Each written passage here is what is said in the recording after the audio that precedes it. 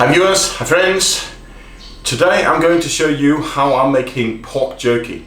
People normally talk about beef jerky, but beef in Thailand is extremely expensive, so I'm using pork. And the reason why I decided to make it now is there's actually two reasons. First off, we are now in the hottest seasons of the year, and that gives me the opportunity just to go out and use the sun to have my pork jerky made instead of using my dehydrator or my oven.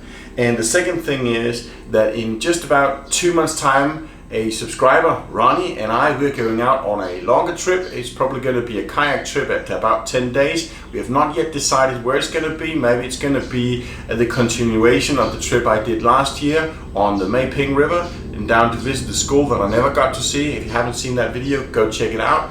But there's other places further down south that I have had on my bucket list for a while, which might also be interesting to see. One of the most beautiful waterfalls in Thailand, or the most beautiful, is actually on that list as well.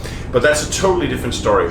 So on that trip, I like to bring good food. I like to bring things with me that I can use without a refrigerator, and that gives me the cravings when I'm going to eat.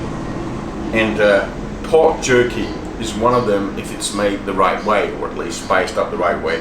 But pork jerky is really simple. So let me just show you how I'm doing it. What I use for my pork jerky, it is just a simple pork loin, because you want meat that has got no fat to it. If there's no fat, it's got very little chance of going rancid on you, and it's the fat that really spoils the meat. So this one is a very lean piece of meat. There is no fat at all in it, and all you got to do is just slice it in very thin slices. Now to do that, it is better if you put the pork loin in the freezer for an hour or two. Now I had this in the freezer a little bit too long, overnight actually, so it's pretty hard. But if you do that, then the meat doesn't become too live and it's easier to cut. And then basically all you got to do is just, see, it's a bit like cutting ice here. Cutting some nice small slices here. And I'm using my normal kitchen knife and not my favorite knife, because I need the full length of the knife here to work with. But anyway, you can see this is very thin. It is almost transparent, and this is how you like it, because the thinner it is, the easier it dries. And you want it to dry fast without having bacteria evolving in it. Well, there's no reason for you to see how I slice this whole piece up. I will get that done and then I'll get back to you. One small detail that I probably should mention is there is no right or wrong way in terms of how you cut the meat, but there is a way that you get some very chewy jerky, and there's a way where you get some more tender like jerky you don't need really to chew all that much. And that is, as it is, you have the pork loin here. Then if I would choose to cut it this way, that means I'm cutting it across the fibers. And then when I'm doing that, the small slices, you could say in turn I've actually sliced the fibers so thin that now it breaks easy into pieces, and when it's dry it is easy to eat.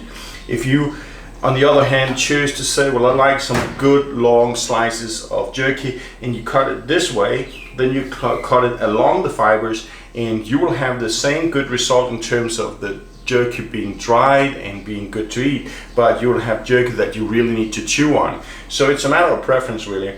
What kind of jerky do you like? Do you want chewy jerky that you can chew on for a certain amount of time before it really becomes something you can swallow, or do you want something that you don't have to chew all that much and it becomes edible? So I like it this way because, I mean, that's just my preference, and I think most people like it that way.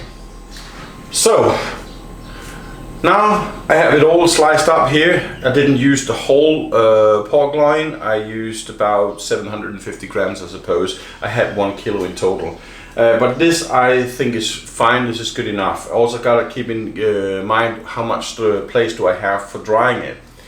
But anyway, the slices, as you can see, they are fairly thin. Some are a little bit thicker than others, but they're still pretty nice, pretty good. And now they are defrosting. Then all I did is I just mixed 3 ingredients. Those are the things I like. In the nature, if you're using pepper, for instance, it keeps the insects away. And if I was out in the forest and I had to dehydrate meat that I had been hunting or caught by other means, then I would use a little bit of fire with the smoke. I would not heat treat it. I mean, so the smoke just has to be the natural cold smoke that comes from it. Don't keep it too close to the fire.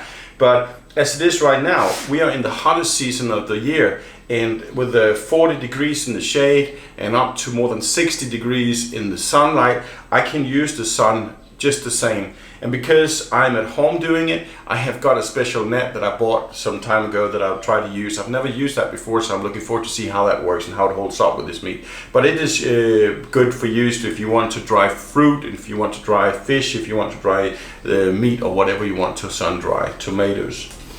Anyway, so all I gotta do is just coat this quickly in this little spice mix here, and I'll just stack them on each other, and they're all good. They don't have to be 100% coated, just have to have a little bit, because I'm hanging it in my mosquito net, so the insects do not have access to it. So this serves basically just to flavor it for the time when I'm out on my trips and I like to eat something that tastes good. And this is Cajun. I'm really a big fan of Cajun, and it is a little bit of salt, and then it is a good deal of pepper, and it is coarsely ground pepper. And then we'll just stack it up here. Now I'll get that done, and then I will get back to you. This is my net that I bought when I just wanted to do it at home. We use it normally just on a big aluminum plate, but I'm trying to see how this works if I'll just leave it out overnight. Normally I'll take it in during the night time. And as you can see, it is just basically 4 compartments with a opening with Ziploc and with a solid mosquito net to keep insect flies and whatnot out of it. Now this is all a little bit greasy because I got all these spices on it, so obviously this is going to be as well inside. Well, let's see how that turns out. So all I got to do is just layer it in here and see how that's going to turn out. This way the meat has got air all around, and that's actually very crucial. Some people out there who is working with charcuterie or other kinds of handling of meat that is not intended to be cooked at any time before you put it in your mouth would probably be a little bit concerned about it because of bacteria and botulism and stuff, but I'll make another video about that later on. One of the key ingredients, I can just say, for botulism to flourish is a oxygen deprived environment, and an environment like this is anything but. So that's not something to worry about. Temperatures are right for botulism though, but it will still not be a problem. Just make sure when you lay it out that you have it laid out without touching one another, so it's got air all the way around. As you can see in here, now we got all the meat laid out, and we're talking 60 degrees in the shade, 40 degrees Celsius in the shade and more than 60 in the sun. So this shouldn't take all that long. Just a little bit down here as well, but basically we got more than half a kilo of meat just lying here on the top shelf. That was a bit of a surprise that I could contain that in that space, but that's a good lesson. So I'll be back to you when this has been here for at least a day, and we'll see what happens. It's now been 2 days. It's about 12 hours in the sun, 6 hours a day, 7 hours a day, 12 to 14 hours, and our pork jerky is now finished, I think. What we can do is we'll take one out. I've maybe put a bit too much spices on it, but let's just take a look here. So this is how it looks like. It becomes a little bit crumbled when it dries out. remember a very high percentage of meat is actually water. And what I used to do, just to verify whether it's good, I used to break it. And if it kind of breaks out in threads like this, then it's good to go.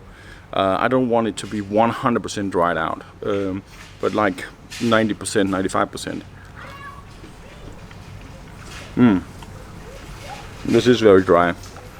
And that's one of the downsides if you're going out on trips.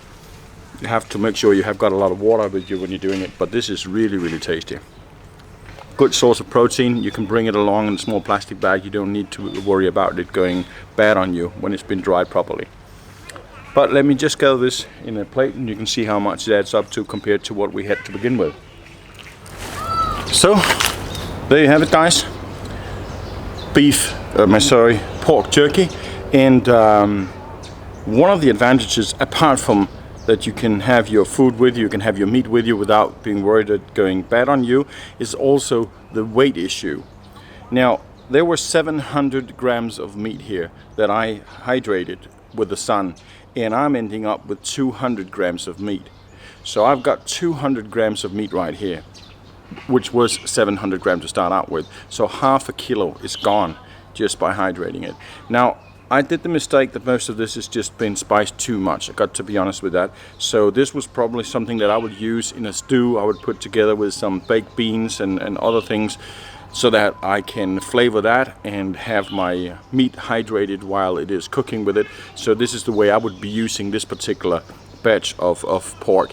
If you want to make it less spicy, you can eat it straight up, and that's usually what I do. This time I just overdid it.